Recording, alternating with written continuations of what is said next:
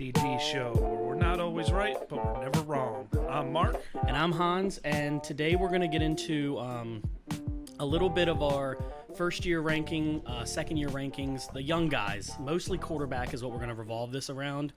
I'm going to go through the list real quick, then we'll get back into it. So we're going to go around Daniel Jones, Drew Lock, Kyler Murray, Gardner Minshew, all the second-year guys. First-year guys in Burrow, Tua, Herbert, and we are going to add Jordan Love in there just because he's very intriguing, the fact that he is backing up Aaron Rodgers, and they took him in the first round. So, how you doing today, Mark? I'm good. I want to just see what you feel is, out of the year two guys, who's going to make that jump? Who's going to be the guy that everybody talks about going into year three? Who's going to plateau? And who's going to be the guy that won't start next year? You mean this upcoming season or next season? Next season. So who's not gonna start in 2021 is what you're saying. Correct. So okay. Who's gonna be a superstar, who's gonna stay the same, and who's going to be benched? All right, so what I'm gonna start with first is, I think for me, and I can speak for probably both of us here, I think Kyler Murray is gonna take the biggest jump.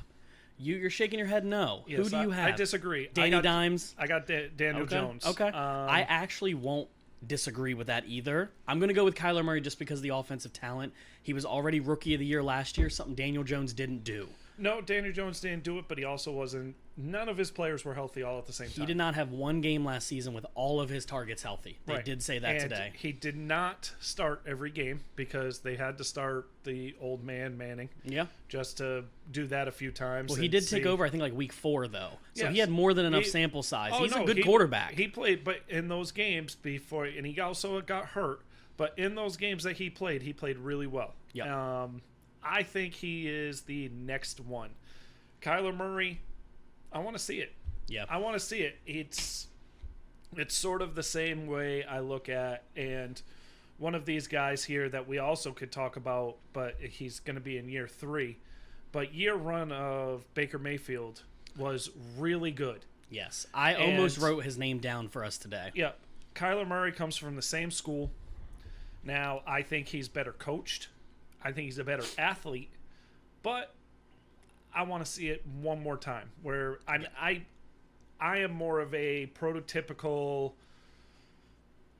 quarterback person. I like the stay in the pocket, not run, accurate, sits there and reads the defense, where Kyler Murray, he's very good. Don't get me wrong. No, he's very fantastic. Good, but I'm more into drop back quarterbacks, not running quarterbacks. Well, you have to remember this. As I have this listed down, I don't have to find it. Daniel Jones does run the ball a lot. Oh, yes. He does rush the ball not as much as Kyler Murray, but I will say one thing about Daniel Jones.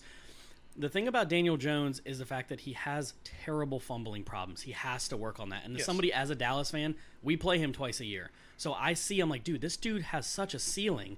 But the fact is, I got to see him get there. And if he has all of his team healthy, I think he's going to have a big year because that defense is atrocious. So they're going to throw the ball to come back from being behind. Right, and the weapons he has, I will put up against Kyler Murray's.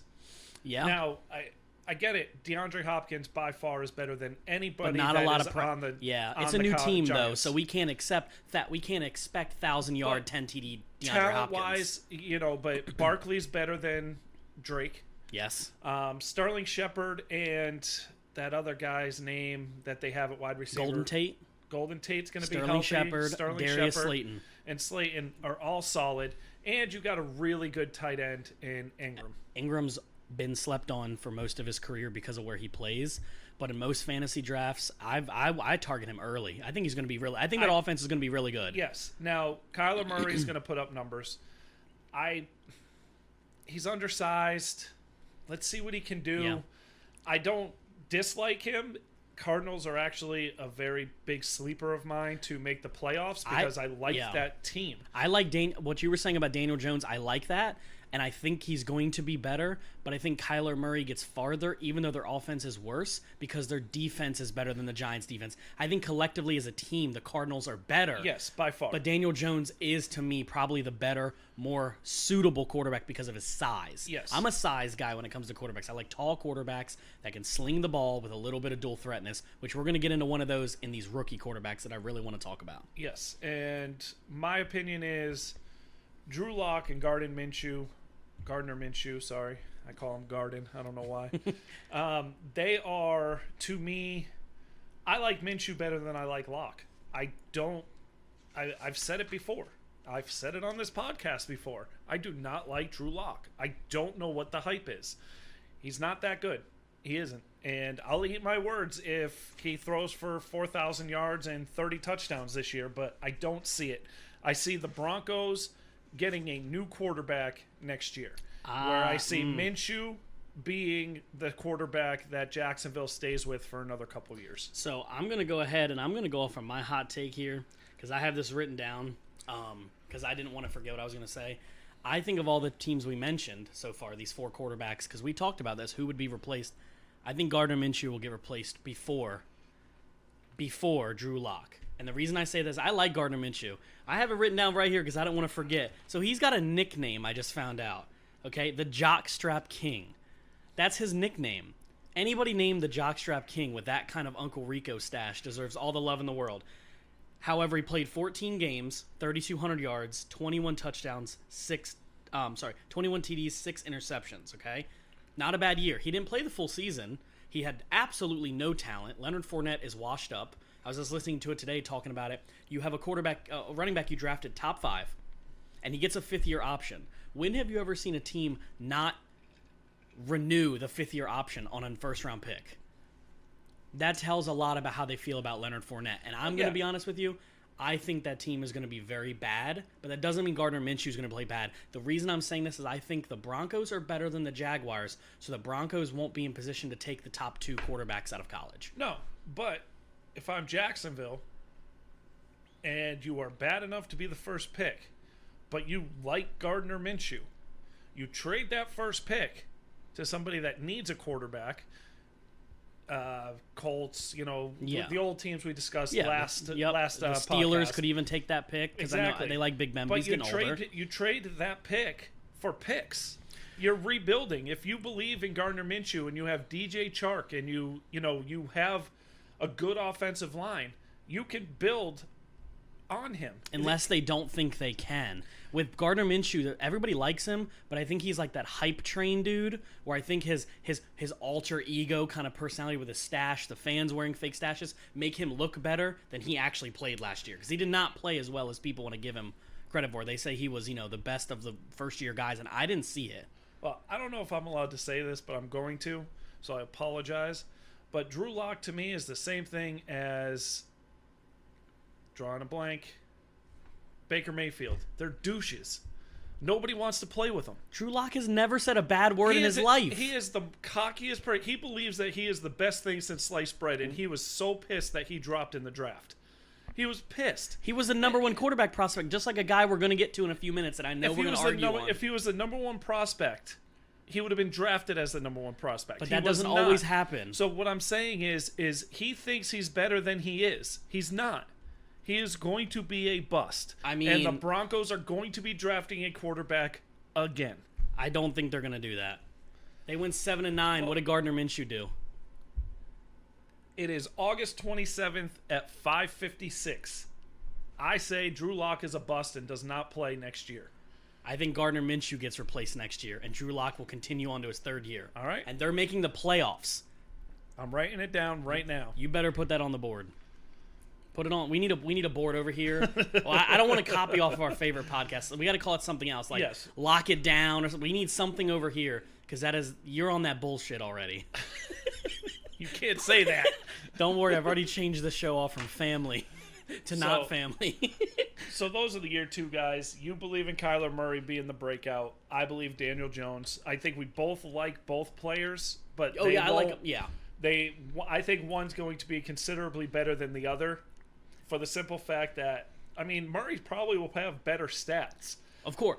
I think Kyler Murray is going to show a lot of like a Dak Prescott type thing. He's going to put up a lot of numbers and be like, damn, he had a quietly good year. But I think Daniel Jones has – if I had a team, I would want Daniel Jones as my quarterback over Kyler Murray because of Daniel Jones' stature of a quarterback. That's what I want on my team. I don't want the shorter dual threat guys. Now here's a little hot take that I don't know if anybody will agree with, but he's got the talent to do it. I believe Daniel Jones makes Saquon Barkley a 1,000 guy. I think he has 1,000 yards receiving and 1,000 yards rushing. There's some pretty good defenses for 6 of his games next year. Bud. Yes, Cowboys, Eagles, and Reds. Barkley healthy has already proven. I said it. Barkley healthy has already proven he will run through those teams. Oh, I agree with you. Barkley's a fantastic running back. Barkley, people forget how good he is because of the fact that he was hurt last year, so his stats didn't really show how good he is. Oh, I get it. I mean, we can't forget his rookie year, obviously. Like, we all know, if anybody's down on Saquon because of his year last year because of injuries, they're on something. And I don't want any of what they're smoking. But Kyler Murray, Kenyon Drake's really good, fits that offense really well. Yeah. I do think Fitzgerald, Kirk, those guys are very good. The other one's Isabella, I think, maybe that's his name, something like that. They're good complementary wide receivers to a DeAndre Hopkins. Yeah. DeAndre Hopkins isn't going to get double covered. You can't. If you go 4 wide, 3 wide with Drake coming out of the backfield, hit my microphone. You're not going to be able to double cover Hopkins. Yeah. The thing is especially, we've talked about this when it comes to Kyler Murray, especially with DeAndre Hopkins. You have to understand who the coach is.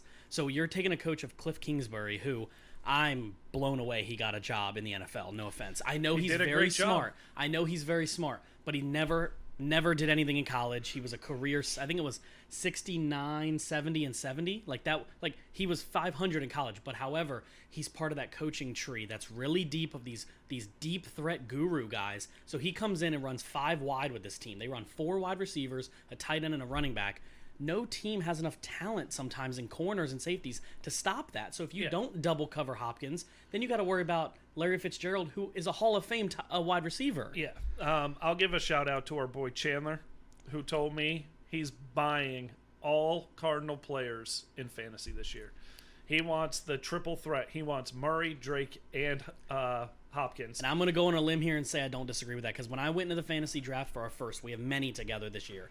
I've went in with 4 teams. If I can get as many Ravens players as I can in the main 3 positions, like quarterback, running back, tight end, wide receiver, whatever.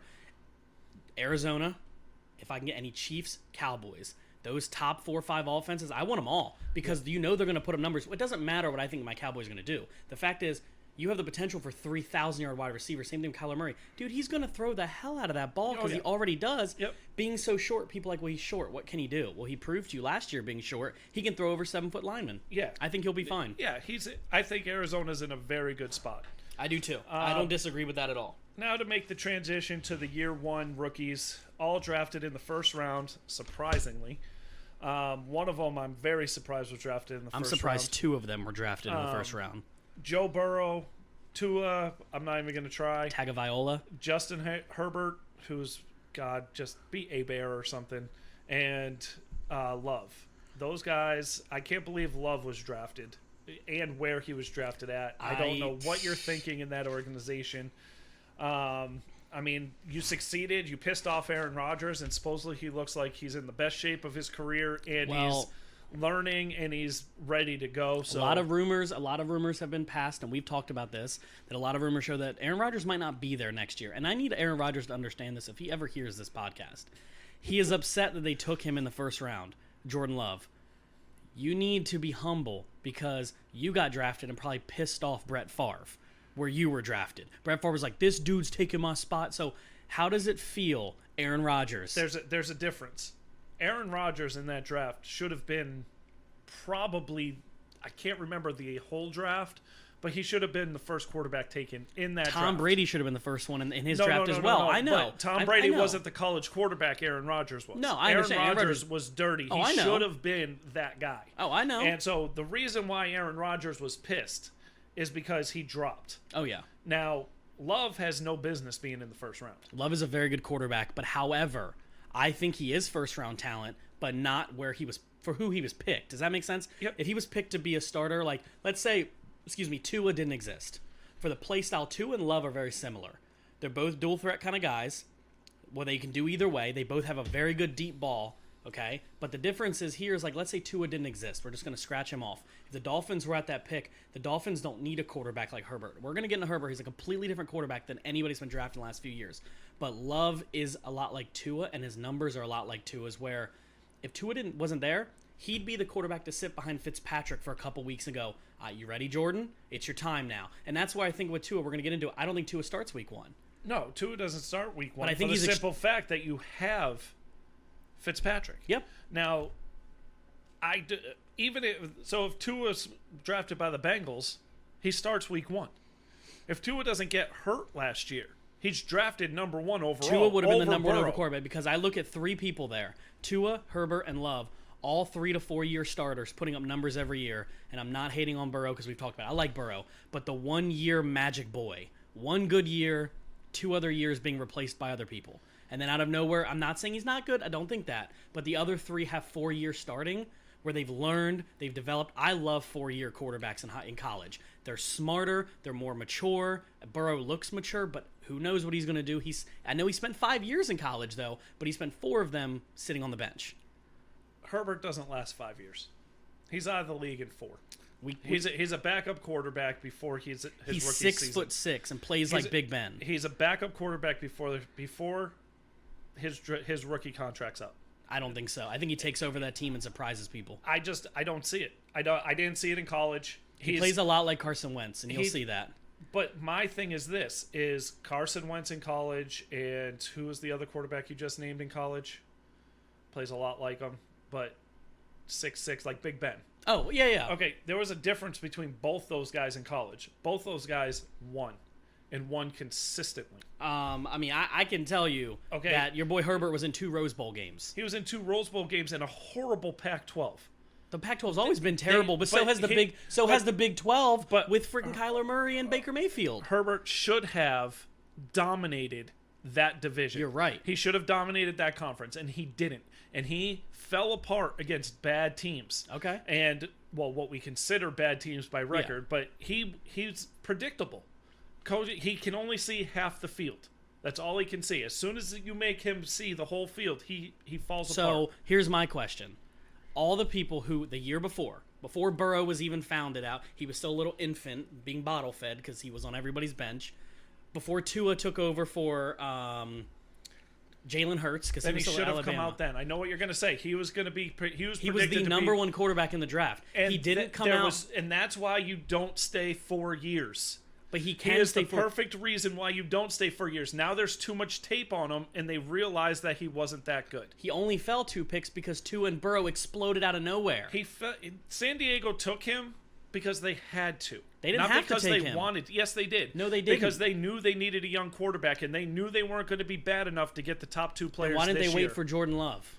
Because they don't like him either. You don't know. Did you ask him, Mark? You don't know that. I'm telling you right now. He'll start this year. He won't start week 1. No, he won't start week 1. But he's not going to play well. I think Herbert is going to do better than you think. Okay. I think out of all those quarterbacks there, I think Herbert is a better year than Tua. Well, I don't think Tua's going to play half the season. I think Miami really is going to be patient with Tua. So especially since a lot of their offense is sitting out. So let's say they both get 8 games. They both play 8 games. I think Herbert plays better in his 8 games than Tua. Tua has better numbers. All right, write it down, because I think you're wrong. I think everybody who listens to this podcast and everybody who I know is wrong on Justin Herbert, because I've watched that man torch defenses in the Pac-12, and every time he came against good contact, he failed, okay? But so did Kyler Murray in every Oklahoma Big 12 championship game, and Baker Mayfield. Yeah, they both won Heismans, but they literally can't play defense too. Okay, but you're mentioning Kyler Murray and Baker Mayfield. I don't know why you're mentioning them, because they both got their teams to the Final Four. Yeah. Okay, they both got their asses whipped in the Final Four. I understand that. Not because they didn't play well offensively. Yeah. Not because they didn't put up numbers offensively. Yeah. Because their defense couldn't stop a high school team. You're right. Okay, that is much different. And it's also, the book is still out on Baker Mayfield and Kyler Murray about being any good. I agree. I've said it many times. Baker Mayfield is a better version of Johnny Manziel. He could be. His head is too big and his ego's too big, and I need to see him work hard. I need to see him shut his mouth, work hard, and play well under adversity. I'm 100% with you. The only thing I'm saying about Herbert is what I like to explain to people is that he stayed, and I get why. He stayed because he wanted to improve on his numbers from the year before. That's literally what he told people. He stayed because he wanted to improve. What he did by improving was in his junior year, he didn't eclipse his senior year from what he did in his junior year. In his junior year, they were the 5th best team in the country. They had 1 loss. They were left out of the playoffs to an Oklahoma team that wasn't ranked as good. They got snubbed out of the playoffs, and that was a really good defense that year. That right there, that team Justin Herbert was on, them Oregon Ducks team, that was a really good team. And that's when he was supposed to be the number 1 pick. And then all of a sudden, because he plays at 10 o'clock on the West Coast, people forget about these West Coast quarterbacks. I get USC and these teams have had terrible quarterbacks. But you know what? It's out for me on Tua too, because I'll wait till I find a good Alabama quarterback in the NFL. I'll wait. Yeah, I mean, fair enough to say that about Tua. He's a great player, but they're always busts. Always. Healthy Tua is a better version, because I don't know his speed. I really don't. I don't know Tua's speed. I think he's pretty quick. I think he's pretty fast. He's a more accurate throwing Lamar Jackson. Yeah. And Lamar Jackson torches the league. Like, Lamar Jackson, as much as everybody says he can't throw, he does have a good percentage throwing. He does put up good touchdown numbers. He plays well. He disappears when the lights shine the brightest. And so that's why I think Lamar Jackson gets very little credit from most people, other than people that live in Maryland and talk Raven sports. So I want to say something real quick, because I have this written down because I didn't want to forget about these. I want to compare 2 people real quick, and I could compare 3, but the third one, it serves no purpose to compare this third guy. But I want to go real quick, and hopefully everybody can remember these numbers here, okay? Joe Burrow, I have written down. He spent 4 years being passed around in... I almost said something bad. So he spent 4 years trying to figure out where he was, right? Okay, so first overall pick, Heisman winner, okay? Numbers were absolutely crazy, okay? But what I want to compare is 2 other people here. I want to compare Tua, and I want to compare Justin Herbert, because I want to explain something to people. Tua in 2 years had 7,000 yards, 76 touchdowns, 9 interceptions. And how many games? 24 games. Or more. Wait, that's including playoff and national championship games. So he had 4 extra games. So he started 24 games. He started. Or is that how many games they played in the season? One of them, he won the national championship by 1 throw in the remember the last the overtime. But he also didn't play the full season. This is of all the games he started. Okay. Of all the games he started as a starting quarterback, 7,000 yards, 76 TDs, 9 interceptions. And I have it written here by Justin Herbert. He started 4 years, but he only played 3 games his freshman year. So he was actually the starter his sophomore year. So let's say 3 years now. Yep. He had 10,000 passing yards, 95 touchdowns, 22 interceptions. He had a 4-to-1 TD interception ratio, 6, and 13 rushing touchdowns. He had 9 his senior year. Okay. 9. So that is all well and good, okay? But flat out, who do you play for? Washington? No, Oregon. Oregon. Who's Oregon's running back? Who was Oregon's running back in those 4 years? I can't remember his name. Okay, you can name all the running backs that Tua played with. Oh, I because understand. they're still dirty in the NFL and dominating in the NFL. But so you're not going. If you're Alabama, that wasn't your offense. Yeah, no, I understand. Okay, so you can't comparing those numbers now. That's only 3,000 yards more. Yeah. In an extra year. And an extra year and 25 TDs more. Okay, but and it's 7 only more interceptions. But yards, he could have. He could have done that. What I'm simply saying is, what I'm trying to say is, Herbert did more with less. I think a lot of times with Alabama quarterbacks, I'm not here saying Tua's not going to be a good quarterback. I think he will. But Tua had against the worst. Like, I would rather have had any team in any minor conference. As everybody can tell, I'm not a big college guy. I just want to let you know, Mark, that like 8 of the SEC teams had less than 6 wins last year. Okay. They have 4 good teams, and the rest are complete trash. Okay, that's fine. But their talent is still better than anything. The worst team in the best team in the Pac-12 could not beat one team in the SEC. I think you are smoking something. Ask any of our college fans. So you're taking the best team last year. You don't think that Utah State or Jordan Love can beat Vanderbilt, who had 1 win? Probably not. Mark. And I'm saying any one of those 6-win teams that you're going to say aren't that Mississippi good State would beat Utah State. I don't think that's going to happen. Same thing with Justin Herbert. I don't think it happens. But the competition is so much better in the SEC. It is. Okay, I'm not here to deny that. I'm a big college football fan. So you're going to say Burrow was passed around, da-da-da-da-da. He was passed around.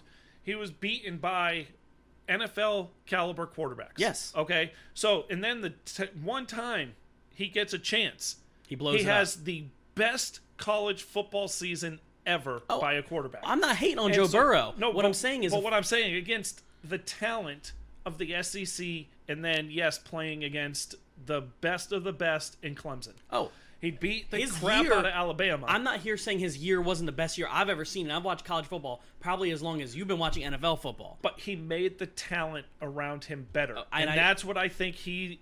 That's what I think he is. Yeah, what I'm here saying is I'm not saying Herbert's going to be better than Burrow. I don't think that. I'm here saying Herbert's going to be better than Tua because Tua had every 5-star player under the earth around him.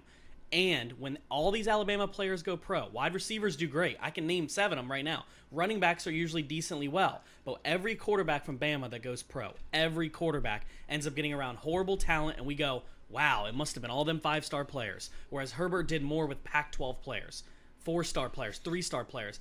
I think Herbert, 6'6", 245 pounds, is a big dude who can throw farther than Tua and Love can. I like Burrow. I think Burrow's the best of the group. Again, Burrow for me, I have him written out right here, and I don't want to lose it because I love it. I wrote a floor and ceiling for each one of these players. I did. I didn't tell you that. I wanted to bring that out, man. Okay.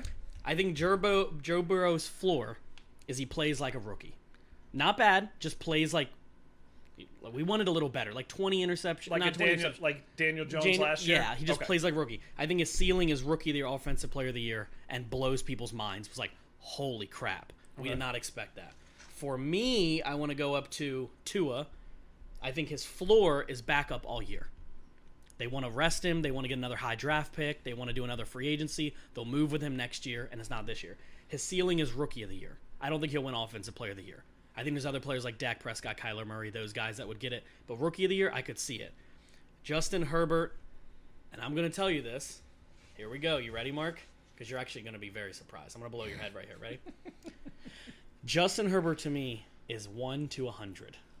His floor is an absolute bust. His ceiling is a healthy Carson Wentz. That's what I put it as. I've looked it up. His pro comparison is Big Ben, Carson Wentz. He throws like them. He plays like them. He has a little bit of mobility. But I could see him being a bust because of where he is, the talent around him, his people around him. I think he could be a bust comparable to Burrow and Tua. Does that make sense? Worse than them, but I think I think Herbert can be a really good quarterback if played right. They have Mike Williams, they have Keenan Allen, they have Eckler, they have the tight end. I always forget his name. I just drafted him in my league. Hunter Henry. They've got a really good team, and if they put him in the right spot, it may make him look better than he is, but that's okay. So does Dak. I've said that before. The only thing I've read on him in this offseason, and it's Love. I haven't read anything on because there's not much on him because they say Rodgers looks amazing in camp. So you know he's not going to play unless Rodgers gets hurt. I wrote that down. I think you're 100% right. I got it right here. That Love, you're not going to be able to evaluate Love, especially because there's no preseason. No. So you can't see how good he is. I think Love, you find out next year in the preseason how good he is, what he does. Herbert and Tua. Tua, everything I've read is he is struggling. Yeah. He is struggling with the verbiage. He is struggling with throwing. He's had one really good deep pass that's all over the internet, but I've heard he's definitely been struggling. He is struggling. He's healthy, but he's struggling. And it kind of shows that he hasn't been able to technically play quarterback for a while because of that injury. And I think that injury might be in his head, too. So it probably is. Probably is. So that's something to keep an eye on. And they say Burrow is absolutely dominating. Oh, absolutely. Again, going 7 for 7 against your own defense, blah, blah, blah. I don't care. What they're saying is how he's handling the offense, how he's handling the huddle, and how he's handling when he throws mistakes. We've talked about it. Burrow, the Bengals have a good offense. I think they really do. I think that helps him. But of those teams, Burrow and the Bengals and the Chargers have the best offenses of those teams. Yes, but Burrow is also taking the players aside when he misses a throw and says, what did I do wrong? Where do you want it? How do you want it? And he's working with them. Everything I've read on Herbert is struggling in the huddle, not taking control of the offense. So you can be a very talented quarterback, but the team may not be able to play around you because they don't respect it. Like, you really have to be on your game. I mean, this is this isn't college where you go and then all of a sudden you look to the sidelines, they call the play for you, and then you go and you run it. And you know, this is the NFL where they're talking in your headset. You're seeing people move a mile a minute, and you have a split second to decide where to go and what to do. I think what Herbert's going to have to do, and I was reading this today because I didn't actually watch much on Herbert. I watched him in college. I watched him at the combine, all this kind of stuff. I think with Herbert, I think a lot of it is They just started giving him first team reps. Now, I'm not sitting here saying he's the starter. I don't think they're going to start him. But what I'm saying is they're just start giving him first team reps over Tyrod Taylor, right? Yeah. So, again, I don't think anybody here is expecting Tyrod Taylor to start the whole year. He is one of the safest quarterbacks in the league. He doesn't do anything special, but he doesn't do anything to lose you a game either. They drafted Herbert for a reason, just like the Packers drafted Love in the first round. Herbert, I think, has the potential, but I think off the bat, you're going to be like, damn, Burrow's that dude. Burrow's a better quarterback. I'll sit here and say it. I think Tua's a better quarterback, but I think Herbert and Burrow are built like the quarterbacks you want. But that's the thing I worry about, is when you were you were drafted, like, I'd be worried right now about Burrow. The talent aside. Yeah. If I read, every article I read was struggling in the huddle. Yeah. That is struggling to call the play. Like, they absolutely, after the first week of padded practice, opened up the offense and said, you're calling it. Yeah. And so they opened up in every practice from here on out. He is calling the offense. But that's your coach allowing him to do that. Maybe Anthony Lynn's not letting Herbert do that because Anthony Lynn's doing something different. But that just shows me the confidence and the ability for him. Because Peyton Manning, when he came in, and I'm going to use Peyton Manning and Andrew Luck. When they came in, all you heard was controlled the huddle. Yeah. And play like Manning had one of the worst first years a quarterback could have. I think they won one game. I think he broke the record for most interceptions by a rookie quarterback. People were like, this was the number one pick. Like, the only reason why it was a good pick was because the other guy that was drafted right after him, he lost his freaking mind. Eli Manning might still have the most interceptions in the Hall of Fame, too. Yes, but what I'm saying is what you heard about Luck and about Manning is, and even when, the no-name Brady came in, they controlled the huddle. Yeah. They controlled practice. They made people around them better, even though they may not have performed it in the season. Yeah.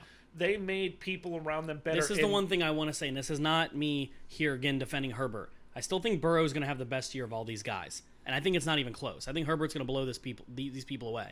But I think you have to understand is I'm not saying Burrow is special, because I think he is. I think there may be something different with Burrow versus Tua and Herbert. I've read that Tua's struggling. I've read that Jordan Love is struggling. I have written down here that he needs more time and hasn't progressed nearly enough to start, even over their backup, let alone Aaron Rodgers. Yes. So he hasn't done anything. Herbert's report that I read was that he's starting to get first team reps, having a harder time understanding the team, but it's not like you're going into a team like Tua where like your teammates aren't that good. You're probably the best player starting. Whereas, remember, Herbert is replacing a quarterback that's been average most of his career, but like they have a lot of talent. So it's hard to connect with veteran talent. I'm here saying that I think lack of COVID, lack of practice, lack of all that stuff is hurting Tua and Herbert more than anybody here. Maybe Burrow's that special dudes like guys. These guys aren't in Burrow's league. I don't think they are, but I think what's happening is Herbert's just like, and Tua's like, man, I wish we were on Burrow's level, and they're not. Burrow to me is special. And I will tell you, you said he was beat out for this, beat out for that in Ohio State, and he went to LSU. Yes. But the coach who helped me out, he's a POS. Urban Meyer? Yes, thank you. Urban Meyer has come out on the record and said that the offense they were running was not properly suited for Burrow. That's why Haskins and beat him out, and one other person beat him out, but he transferred. I knew who you're talking about. I'm looking at his face. I can't think of his name right so now. It'll come to me. That's why he transferred. Yeah. And LSU said, what type of they loved his talent, and they built the offense around him. The first year, they ran LSU offense, and Burrow didn't do very well. Yeah. Second year, they said, this kid is special. This is what we're doing. And LSU, instead of being a running team, became a throwing team. But remember, and LSU's always been a running team as far as I can remember, and very defensive. But I can tell you this, especially with Herbert and Tua, for example, is sometimes it goes into detail of what's your coach willing to do, right? So you have to help me because I know you're a Bengals fan. What's your coach's name? Taylor. Thank you, Coach Taylor. Zach Taylor. Yes, Zach Taylor. Thank you. I think Zach Taylor is a great coach, but maybe he came in saying, Burrow, I want you to do what Burrow does. Maybe Anthony Lynn's not doing that for Herbert because he doesn't know who his starter is. You got to remember, maybe the Bengals are clear because you don't have Dalton. You know Burrow's your dude. I think Anthony Lynn could be sitting there going, no preseason games. I don't know who to start. Do I start the guy that's been here or the guy I drafted? So you have a hard time calling for them. Do you think that's him? I don't know. He wanted Tyrod Taylor. Of course he did. And then the general manager wanted Herbert. Yeah. Well, actually, he wanted Burrow, Tua, and then he Herbert. settled. Yeah. You. But when you don't have Herbert, and Herbert might be washed up in a couple years. I'm not saying he won't, but it comes to the point that that's what your owner wanted. Sometimes that's a headache. Like with Dallas, thank the Lord we didn't get Johnny Manziel. But that's another knock against him because if your coach technically didn't want a quarterback, and said we can do the bridge game with Tyrod Taylor, I can win with him with this team. Just and then you go ahead and you draft Herbert so high. Now the pressure's on him. Yeah. Because if he doesn't start Herbert and Tyrod Taylor struggles, you're looked at like, well, put Herbert in. Yeah. Then all of a sudden, you don't have the offense that you have to run a different offense because their offense, from what I hear of what they want to do, is not meant for the gunslinger anymore. No. But he's also dual threat. You have to remember, he had 9 touchdowns rushing his last year. He didn't start rushing till the end. He can get you a little bit. Like I said, he literally reminds me of Carson Wentz. Yeah. And hopefully not as breakable. Yeah. But, you know how I feel about that. Yes. But I think I honestly do. I said from the very beginning, and everybody that is in our group chat that we talk to, that's in our fantasy league, they know that I said from the beginning I wanted the Bengals to trade the number 1 pick, keep Andy Dalton, and build. That's what I said. I said I'm not going to be mad with Burrow because I think he's special. He is special. But I kept saying I would much rather see them trade the pick, build. What I didn't expect is what the Bengals never do. And I repeat, never, ever, ever do in my lifetime until this year. They spent money on free agents. Now you know what it feels like to be a Dallas fan. Yes, young free agents. Like guys that are, a couple cornerbacks that they signed that are starters that, a defensive lineman that's a stud. And I'm just like, okay, well, then it's obvious you take the quarterback there. And then they drafted really good, young, fast-hitting linebackers that is very good. I told you, I thought they did well in free agency in the draft. I was very happy now that they took Burrow because they built the team through the draft regardless and built it through free agency. But any Bengal fan will tell you, we've never built through free agency. No. We've never gone after young talent. Building through free agency is hard and very expensive. You didn't sign a single person that blew my socks off. But what you did is you filled a lot of holes with really good players. You didn't make that Patrick Peterson, like that big signing. No, not the big, but DJ Reader is the best, probably top 4 defensive tackle in the league. And he's 25. I don't think he's a bad player. I wouldn't necessarily think he's that high up, but he's very good. You put him next to somebody like Geno Atkins, and you've got a dirty defensive line. Now, I've said it. Geno Atkins, DJ Reader, and you got Hubbard and Dunlop on the outside. That's a very good defensive line. That was my bold season prediction where I told you. I don't know if we even got into that. Was that my bold season prediction about the Bengals are going to scare some people in the AFC North? I don't think they're going to compete, but I think there's a very good chance that they could finish third. They're a year or two away. They're a year or two away from going, if Lamar Jackson doesn't improve, it could be Burrow's division soon. Yes. Because the Steelers have nobody backing up Big Ben, and I think the Browns are close to imploding again.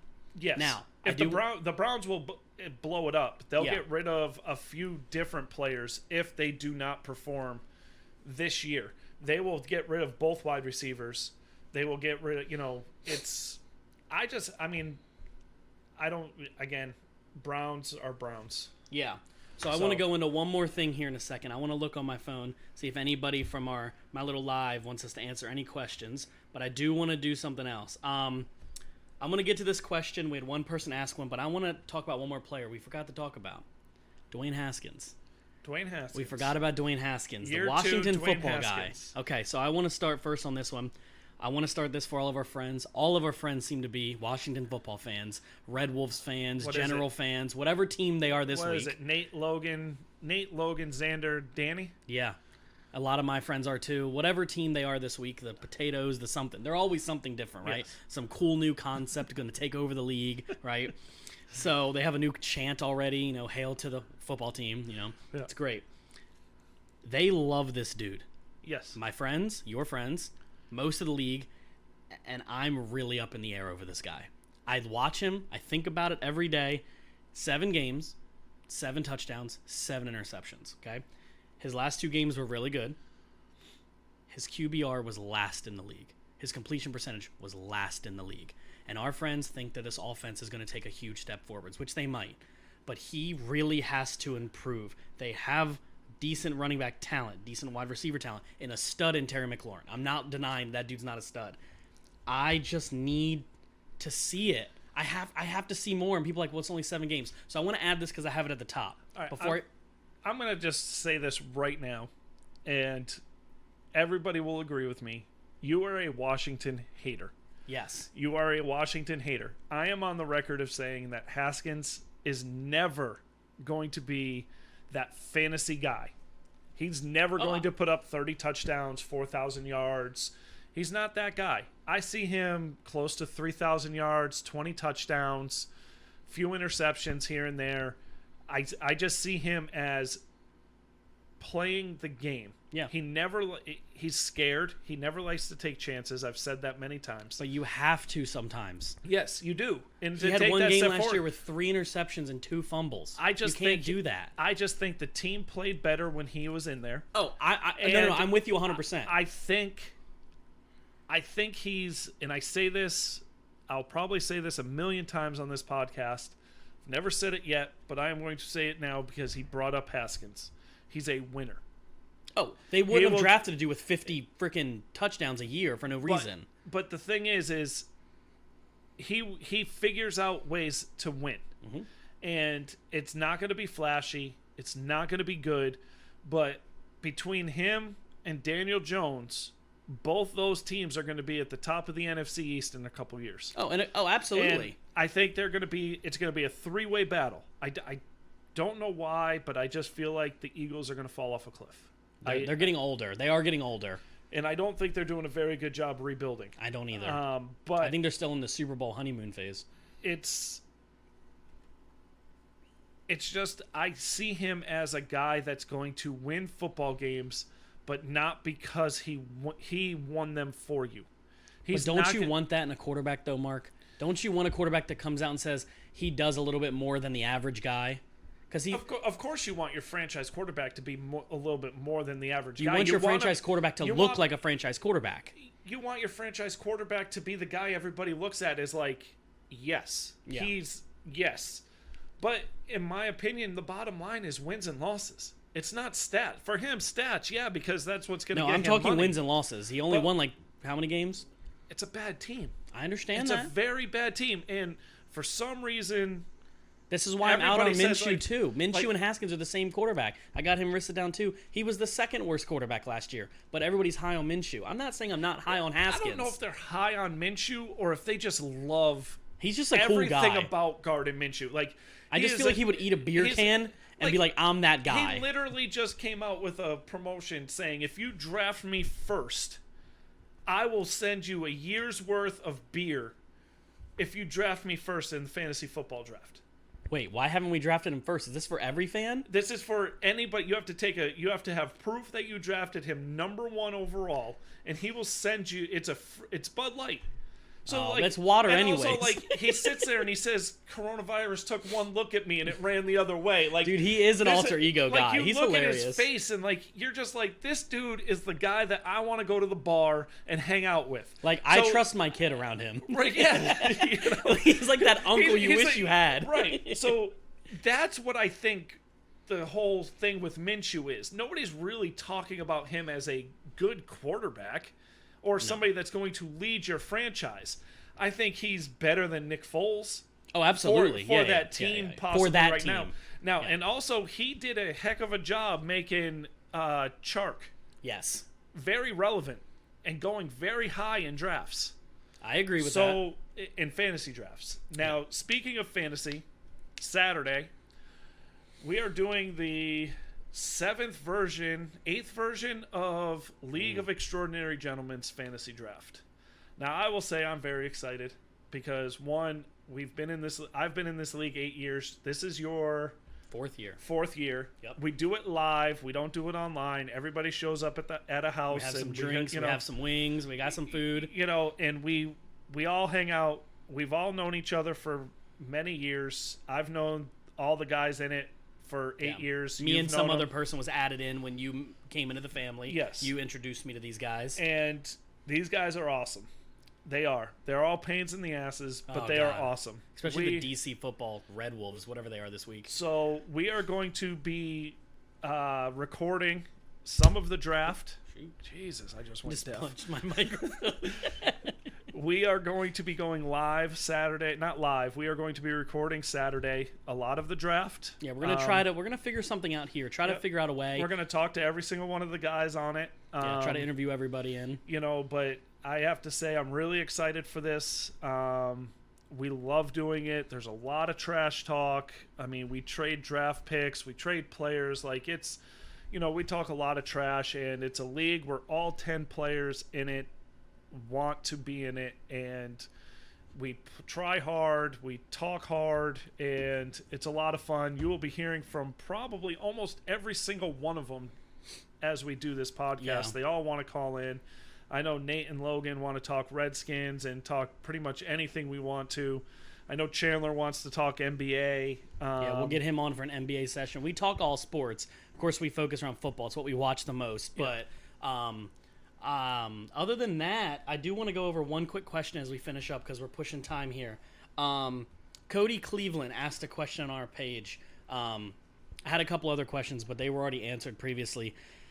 He asked me, most importantly, because of what I said a few days ago. He said, why do you think Patrick Mahomes is a Hall of Fame quarterback? He said, I'm pretty sure I heard Hans say that in episode 2. I say he's a Hall of Fame quarterback because so does every ESPN analyst. They always say Hall of Fame Patrick Mahomes. And me and Mark had this discussion literally 5 minutes before we went on air. If he does average his whole career, and I'm going to say average like what, maybe Phillip Rivers, maybe Matthew Stafford. Let's say he puts up Stafford numbers, but never wins another Super Bowl. He's a Hall of Famer for what he did in his second year. Let's say he makes it a couple more playoff games. Not Matthew Stafford playoffs. I'm talking just playoffs once or twice, a couple AFC championship games. Let's say he never wins another one but gets close. He's a Hall of Famer. You could see it in the last 2 years. You can't find a quarterback that's played like this in their first 2 years in a long time. That's just like, wow, that dude is just different. And I think Burrow can be that dude. I want to end with that. I think Burrow can be that guy. I think Burrow can be the next dude like, damn, did we really overlook him for 4 years in college? And I think Ohio State did. I think they really did. But other than that, Mark, you got anything else to add? Just with Mahomes, I always tell people be patient, but the trajectory he is on he's first ballot. Oh, absolutely. I don't see him not winning another Super Bowl. I don't either. That team is built very well. I think we both picked them to win it this year, didn't we? I picked the Bucks. You picked the Buccaneers. Yep. I'm sorry. I picked the Bucks. Yep. Mainly because I'm one of those guys that wants to see a great player ride off into the sunset with the trophy. That's just me. I didn't care. I loved watching I hate Peyton Manning. I hate the whole Manning family. I hope they never listen to this because I actually literally hate the whole Manning family. Dude, your disdain for the Peyton Manning family. What if I told you that right now he's only 14, he's the number one prospect for colleges? Some people will understand this reference, but I hope they're just like the O'Doyle family and drive off a cliff. Okay? Jeez. So, but that being said, I loved watching Manning ride off into the sunset with a Super Bowl victory. I was happy to see DeMarcus Ware get one too. # Cowboys. I thought... I think that's awesome. Jordan walking off, like it's just one of those things where I think some of the greatest of all time should walk off with the trophy. I agree. And that's what I want to see Brady do. So it's sort of more of a heart pick than it is a realistic pick. Well, your heart's going to get broken. Probably. It has before. I'm a Bengals fan. So don't worry. We talked about this in the last podcast. I'm a Dallas fan. Yes. My heart's been broken for 25 years. But we will talk to you guys soon. Yep. Any questions, go to our Facebook page, Yep. the A.D.D Show. Drop a question. We will answer them all. I think we're going to have another podcast or two, but me and Mark are going to talk about once football season starts, when we want to talk, when we want to post, but we'll talk about that. I think we're going to try to do something weekly again, maybe after the Sunday night games, before the Monday night games, something like that, and kind of talk about every weekend game. I think we want to go into that kind of field, talk about every game, how we feel, a little walkthrough, and go from there and talk about every week how the season's been going. Yeah. Go from there. Sound good to you? Sounds good. I think we'll keep you guys updated. Follow us on the page. Other than that, peace out, guys. See you next time.